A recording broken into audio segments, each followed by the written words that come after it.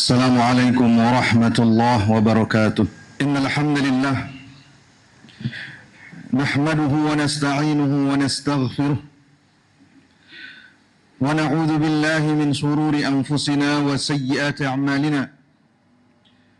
من يهده الله فلا مضل له ومن يضلل فلا هادي له. وأشهد أن لا إله إلا الله وحده لا شريك له وأشهد أن محمدًا عبده ورسوله.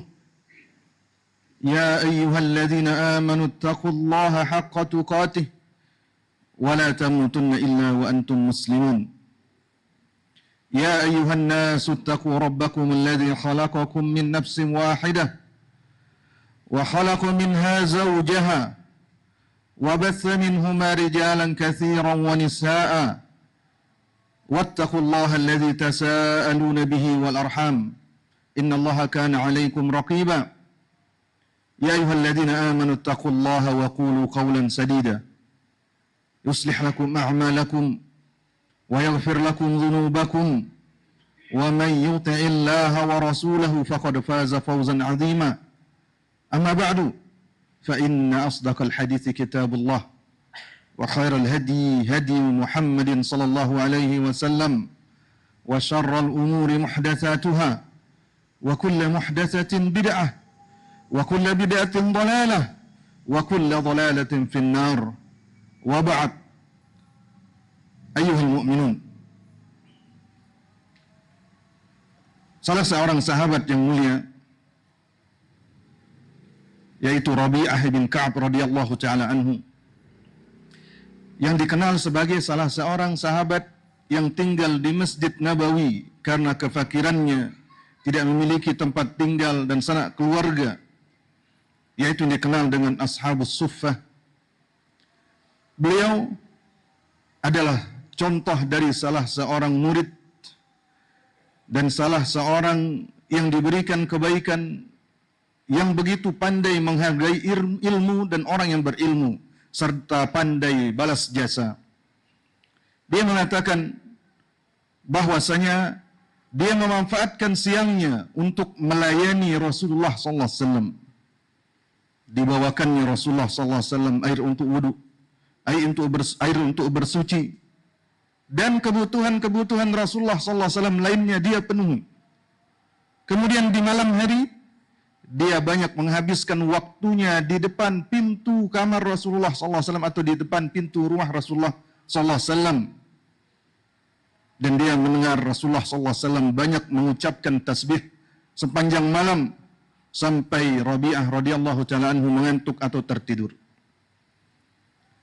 Dan Rasulullah sallallahu alaihi wasallam yang merupakan contoh sempurna seorang guru, seorang alim, yang beliau sallallahu alaihi wasallam sangat pandai berterima kasih melebihi yang lainnya.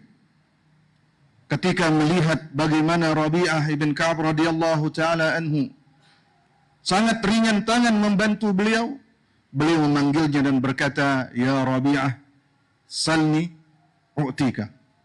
Wahai Rabi'ah, ajukan permintaan, saya akan berikan engkau. Kemudian Rabi'ah radhiyallahu taala anhu, salah seorang sahabat yang cerdas, dia mengatakan, "Anzirni, berikan saya waktu untuk memikirkan apa yang saya bisa minta wahai Rasulullah." Kemudian berapa lama kemudian di hari yang lain dia mengatakan kepada Rasulullah sallallahu alaihi wasallam, "As'aluka an tad'u li an anjuwa minan nar wa adkhulal jannah." Wahai Rasulullah, permintaan saya kepada Anda adalah agar Anda mendoakan saya supaya saya selamat dari neraka dan masuk ke dalam surga. Dalam riwayat yang lain, Rabi'ah berkata, "As'aluka murafaqataka fil jannah." Saya minta agar saya bisa menemani Anda di dalam surga. Rasulullah sallallahu alaihi wasallam terdiam mendengar ucapan Rabi'ah, dan Rasulullah sallallahu alaihi wasallam berkata, "Man 'alamaka hadza?" Siapa yang mengajarimu untuk meminta seperti ini? Sementara maksud Nabi sallallahu alaihi wasallam adalah apakah dia tidak menginginkan kambing atau unta atau harta lainnya? Maka Rabi'ah menyebutkan dua alasannya kenapa dia meminta surga selamat menuju surga, selamat dari neraka. Dia menyebutkan dua alasan. Yang pertama, inni a'rifu manzilataka 'inda Allah. Saya tahu bagaimana kedudukan Anda di sisi Allah. Doa Anda makbul, maka saya ingin doa. Kemudian alasan yang kedua, wa a'lamu anna ad-dunya faniyah. Dan saya sadar bahwasanya dunia ini akan habis atau kita akan meninggalkannya. Dia adalah fana, maka saya menginginkan sesuatu yang kekal. Maka Rasulullah sallallahu alaihi wasallam bersabda, af'alu, saya akan berdoa untukmu sebagaimana permintaanmu. Akan tetapi ada syaratnya. Rasulullah sallallahu alaihi wasallam memberikan syarat tersebut dengan bersabda, a'inni ala nafsika bikathratis sujud. Bantu, kuatkan doaku agar apa yang kau harapkan itu dikabulkan oleh Allah, terpenuhi dan terwujud dengan cara memperbanyak sujud, dengan cara memperbanyak salat. Perhatikanlah di sini, ayyuhal mu'minun, bagaimana Rasulullah SAW mengajarkan kita dua hal, yaitu yang pertama, bahwa memperbanyak sujud adalah sebab untuk selamat dari neraka, selamat menuju surga. Banyak salat. Kemudian memperbanyak salat yang merupakan sebab terkabulnya doa. Jika Rasulullah SAW yang doa beliau dikabulkan oleh Allah Subhanahu wa taala, beliau meminta kepada Rabi'ah untuk lebih menguatkan doa beliau dengan cara memperbanyak salat, maka sungguh selain beliau lebih pantas untuk kita kuatkan doanya. Ketika seseorang meminta doa kepada orang yang dianggap saleh, dia datang kepadanya, doakan saya, atau kepada saudaranya yang pergi musafir ke tanah suci atau lainnya, karena doa orang musafir itu makbul, mustajab, maka dia bisa mengusahakan bagi dirinya, selain dia meminta doa, yaitu menguatkan doa tersebut dengan memperbanyak salat antara dia dengan Allah Subhanahu wa ta'ala. Aqulu qawli hadha wa astaghfirullah li wa lakum.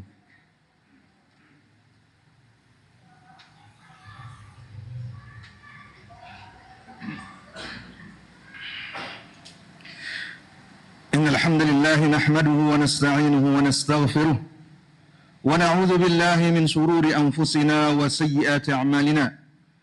Man yahdihillahu fala mudilla lahu wa man yudlil fala hadiya lahu.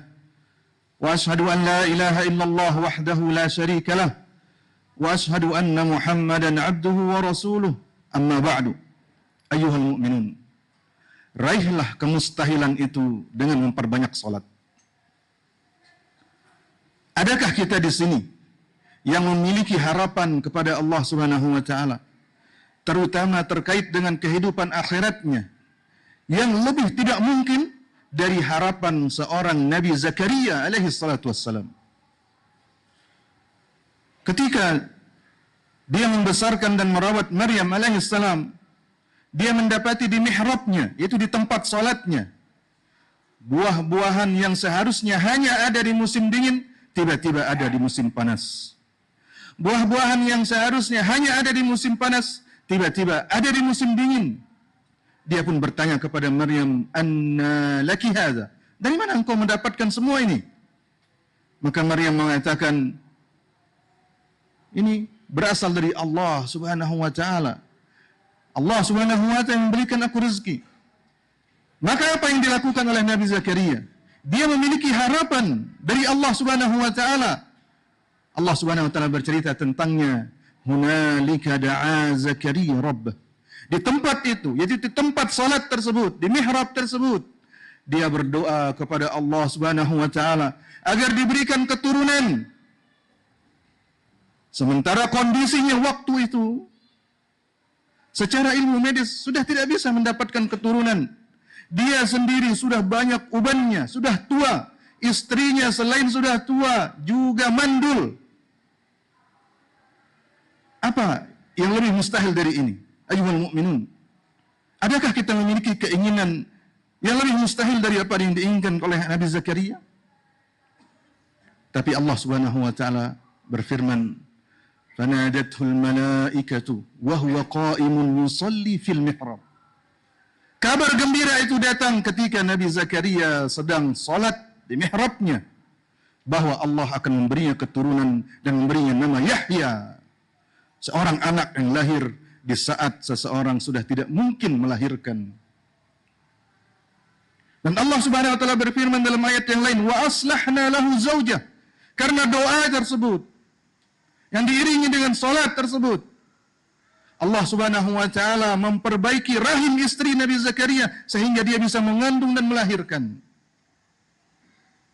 Ayuhal mu'minun, raihlah kemustahilan itu dengan berdoa kepada Allah dalam sujud sebelum salam, karena itulah kondisi di mana kita akan sangat dekat dengan Allah Subhanahu wa taala ketika kita meletakkan kepala kita yang mulia ini, yang kita muliakan ini, melebihi yang lainnya di bumi Allah Subhanahu wa taala, yang menunjukkan totalnya penghambaan kita kepada Allah.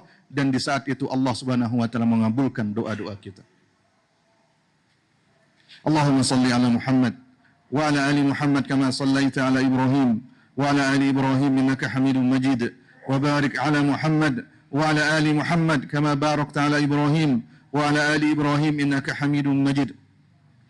Rabbana ighfir lana wa li ikhwanina alladhina sabaquna bil iman ولا تجعل في قلوبنا غلا للذين آمنوا ربنا إنك رؤوف رحيم. اللهم إنا نسألك الهدى والعفاف والغنى. اللهم إنا نسألك الهدى والتقى والعفاف والغنى.